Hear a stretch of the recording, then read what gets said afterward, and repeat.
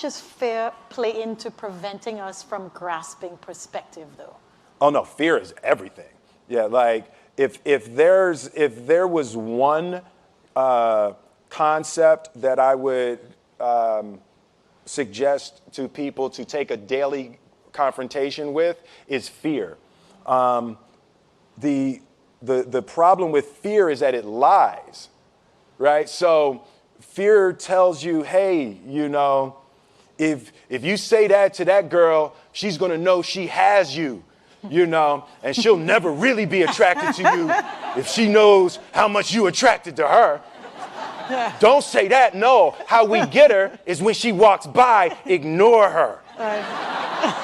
Right, so You know, it's like, pop it on your shoulder. fear tells you dumb shit like that, right? You know, so, you know, for me, the daily confrontation with fear has become a real practice for me since about three years ago. I went skydiving in Dubai, right? And skydiving is a really interesting confront with fear, right? So I gotta stand up. I'm sorry, I gotta stand up. All right. So all your friends, what happens? You go out. I dropped my thing. Yeah. So what happens is you go out the night before and you take a drink with your friends, and somebody says, "Yeah, we should go skydiving tomorrow." And you go, "Yeah, we'll go skydiving tomorrow." "Yeah, yeah." And you go, "Yeah." And everybody goes, "Yeah." Right? And you go home and you by yourself, you're like, Right? You're like, well, yeah, I mean, they was drunk too. Right? So maybe they not, I mean, we don't have to go. We don't have to do it. So then that night you're laying in your bed and you just keep, and you're terrified. You keep imagining over and over again jumping out of an airplane, and you can't figure out why you would do that, right?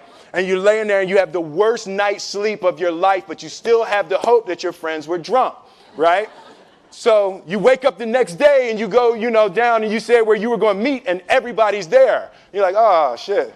All right, cool, right? So you get in the van and you don't know that your friends had the same night that you had, because they're pretending like they didn't. They're like, yeah, man, my uncle's a Navy SEAL, and this is going to be great. I've been looking forward to this. And you're like, oh my God. And your stomach is terrible. You can't eat and everything, but you don't want to be the only punk who doesn't jump out of this airplane. So you get there, and then you have this safety brief. And you're standing there, and the guys will tell you, well, if the chute doesn't open, what's going to happen is you're doing, well, why the hell, what could happen? That the chute wouldn't open, right? So you do a thing, and what you do is your first jump, you're attached to a guy who is going, he's going to walk you out. So you go, and you get there, and there's an airplane, and nobody's stopping. Everybody's still going. So you get onto the airplane, and you're sitting there, and it's extra because you're sitting on some dude's lap, some stranger. He's sitting on his lap, and it's like, you trying to make small talk. Yeah, man. So you be jumping with people all the time, huh? Right? So, and then you just want to make sure, you got kids, right? You got people you need to see, right? You just want to make sure he's serious, right? So you get in there. So everything's normal. So you fly and you go up to 14,000 feet, and you notice there's a light. It's red and it's yellow and green, right? So right now the light's red. So then you start thinking at some point the light's going to go green, but you don't know what's going to happen, right? And you wait, and it goes yellow, and the light goes green, and somebody opens the door, and in that moment you realize you've never been in a freaking airplane with the door open. Right? Terror. Oh, sorry, I'm spitting. Oh, sorry. No, terror, right? So you go, and then, if you were smart, you sat in the back so you don't go first, right? And then people start going out of the airplane. And you go, and the guy walks you up to the end of the thing, and you're standing, and your toes are on the edge, and you're looking out down to death. And they say, on 3. And they say, 1, 2, and he pushes you on 2 because people grab on 3, right? Right? and you go, and you fall out of the airplane, and in 1 second, you realize that it's the most blissful experience of your life. You're flying, right? It doesn't feel like falling, right? It's like you actually are kind of held a little bit by the wind, and then you start falling, and there's zero fear. You realize that the point of maximum danger is the point of minimum fear. It's bliss. It's bliss. And you're flying. Right? And you're doing that. And then 20 seconds, 25 seconds, 40 seconds. And you have enough time to just kind of be like, oh, shit, that's that building. I saw like that one. Oh, you can see the ocean. Right? You start doing all of that. And the lesson for me was, why were you scared in your bed the night before? What do you need that fear for? Just don't go. Why are you scared in your bed 16 hours before you jump? Why are you scared in the car? Why could you not enjoy breakfast? What did you need that? The fear is fear of what? You're nowhere even near the airplane. Everything up to the stepping out, there's actually no reason to be scared. It only just ruins your day. You don't have to jump. And then in that moment, all of a sudden, where you should be terrified is the most blissful experience of your life. And God placed the best things in life on the other side of terror. On the other side of your maximum fear are all of the best things in life. You know? Mm-hmm. So that was sorry. So that was, no, it's good. That was my experience with skydiving and fear. All right. All right. So practically speaking. But I didn't like that take. I'm going to do it again. Back to the top. I can sell that better. Oh, no. When you decide to do something like that, like how does it work practically? Do you call your wife and be like, I might be dead tomorrow. Right. No, but that's. But I made a drunk promise. Yeah, I made a drunk promise. Yeah. How about this? So I jumped. I had such a mystical, powerful, spiritual experience.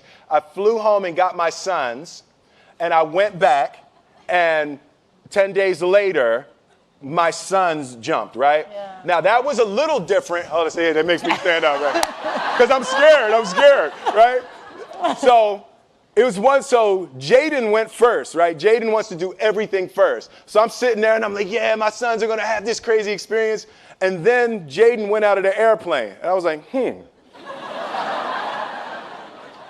my oldest son, Trey, goes up and he goes out of the airplane. And I was like, this could potentially be the worst display of African-American parenting in history.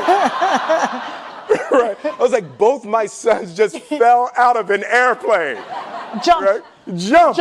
Right? Because I told them to. But again, the fear again. I was like, oh my God. So I told the dude, I was like, listen, I want to see them go out, but I also want to see them land.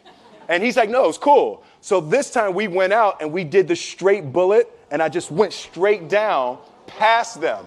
Right? I was like, and he's like, good.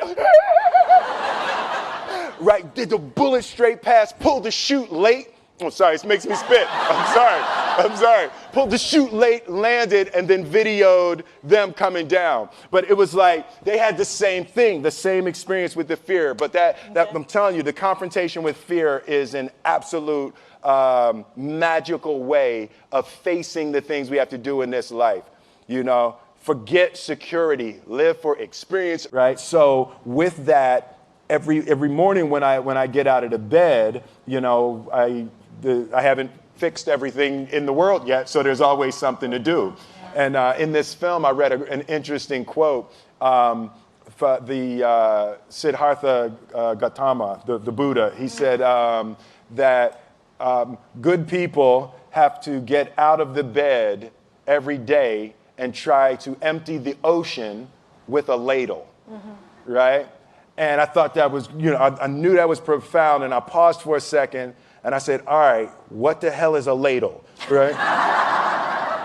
right? So that, I touched it on my iPad, it's ladle. Oh, it's like a big spoon, Okay. As we it's say like a in Philly. soup spoon. Yeah, it's like a soup spoon. I was like, why you use a soup spoon? So trying to empty the ocean with a soup spoon, as the mentality of how you wake up every day to try to do good in the world. So for me, I'm really driven by continually trying to elevate my mind and elevate my spirit and care for my body, and to be able to love as many people as effectively as possible with this mystery of life that I've been given.